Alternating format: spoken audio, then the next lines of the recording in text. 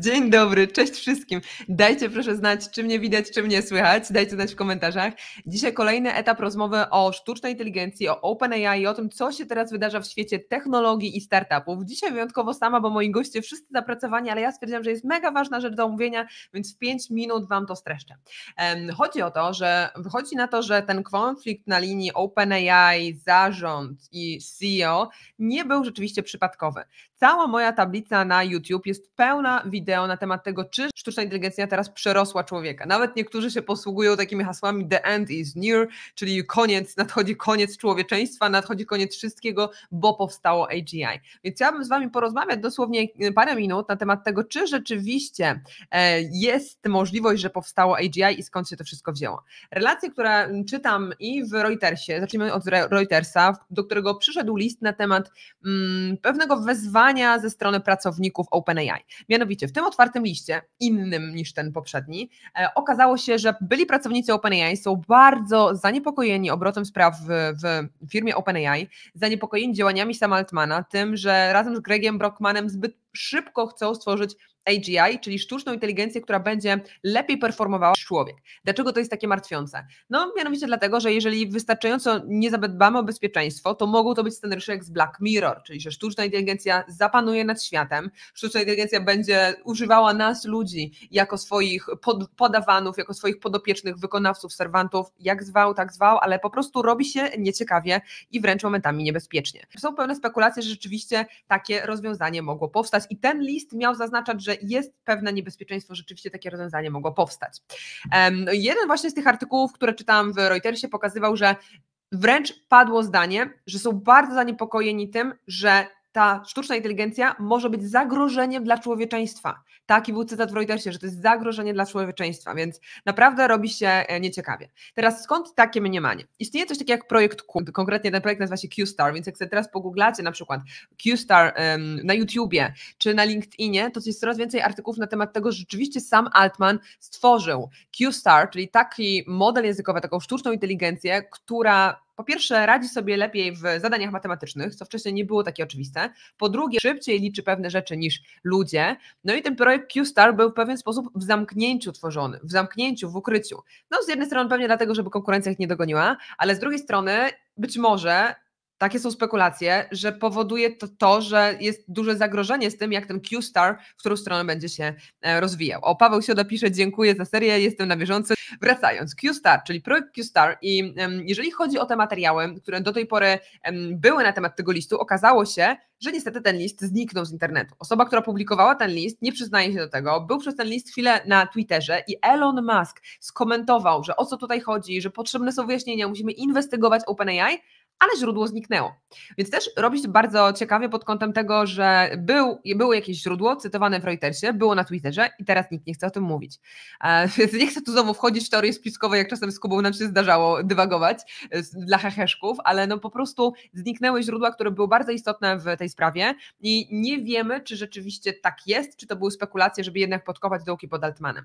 Ja myślę, że to co jest ważne, to żebyśmy sobie powiedzieli o tym, że no aktualnie oficjalne informacje mówią o tym, że OpenAI nie stworzyło AGI, czyli nie stworzyło tej Artificial General Intelligence, ale jeżeli był robiony jakiś projekt, to mógł być robiony w ukryciu ze względu na perspektywę ekonomiczną, żeby konkurencja ich nie dogoniła lub właśnie dlatego, że testowano bezpieczeństwo. To by też tłumaczyło, dlaczego wywalono Altmana, bo być może nie wszystkie informacje trafiały do rady nadzorczej, do rady dyrektorów i w momencie, kiedy dowiedzieli się, jak daleko jest ten projekt Q, albo jakie błędy może popełniać, albo jakie jest ryzyko, to wywalili Altmana, żeby nie poszło to dalej.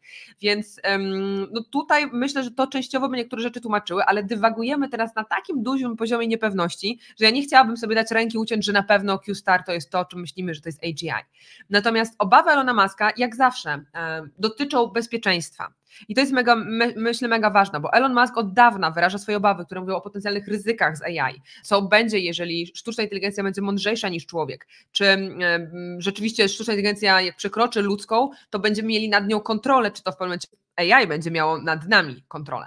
Więc tutaj te takie negatywne wizje rzeczywiście prezentowane jak Black Mirror mogą pokazywać to, że brak odpowiedniej kontroli, odpowiednich ograniczeń może poprowadzić do jakichś nieprzewidzianych i negatywnych konsekwencji. Dajcie znać w ogóle, co wy też myślicie na ten temat i jak macie jakieś pytania, to śmiało zadawajcie te pytania, bo ja nie jestem osobą techniczną i nie wiem, na ile rzeczywiście technicznie już teraz byłoby to możliwe, ale na tyle, co rozmawiałam z ekspertami na LinkedInie, to większość z nich mówiła, że nie jest możliwe, że powstało AGI, że to jednak jest za wcześnie, że być może to są tylko plotki, ale z drugiej strony, skoro OpenAI wprowadziło już teraz model 4 Turbo, GPT-4 Turbo i mówili o tym, że są bardzo blisko stworzenia GPT-5, to być może to jest to AGI, że GPT-5 to jest AGI, które teraz tworzą.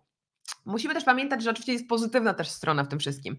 AGI może nam przynieść znaczące korzyści, mianowicie być może będzie tak, że już za rok, jeżeli AGI powstało, ty czy ja nie będziemy musieli wcale pracować. Wszystkie problemy, skomplikowane problemy, biurowe problemy będziemy mogli zdelegować do AI. Komputer stworzy za nas wszystko, co tylko chcemy, wystarczy, że wpiszemy odpowiedni prompt, a może nawet nie trzeba będzie wpisywać prompta, możemy rozmawiać przecież już teraz z czatem GPT. Być może też, jeżeli AGI połączy się z maszynami, to praca fizyczna nie będzie potrzebna.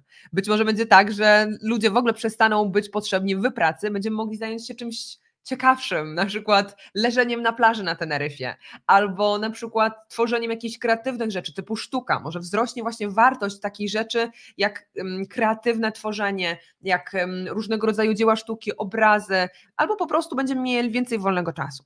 To jest pozytywna wizja, ale z małą gwiazdką.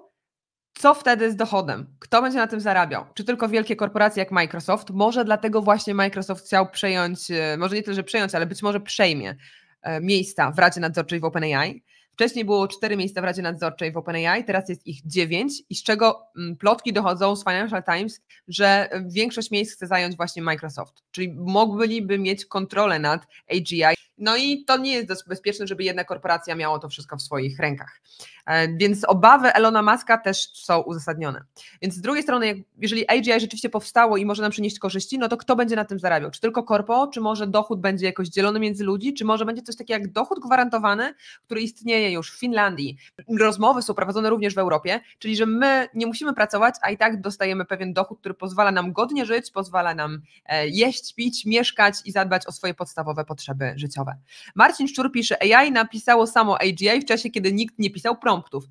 Tak, dokładnie. Jest taka możliwość, że właśnie być może taki jest scenariusz, że tak bardzo w pewnym momencie rozwinęło się AI, że ono zaczęło samo tworzyć kolejne rozwiązania.